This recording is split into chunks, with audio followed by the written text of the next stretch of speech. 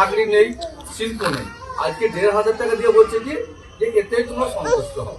অথচ 2021 সালে যখন ভোট হয় তার আগে মানুষের কাছে প্রচার করে বেরিয়েছিল যে বাড়ি বাড়ি পরিবার পিছু ডবল ডবল চাকরি হবে।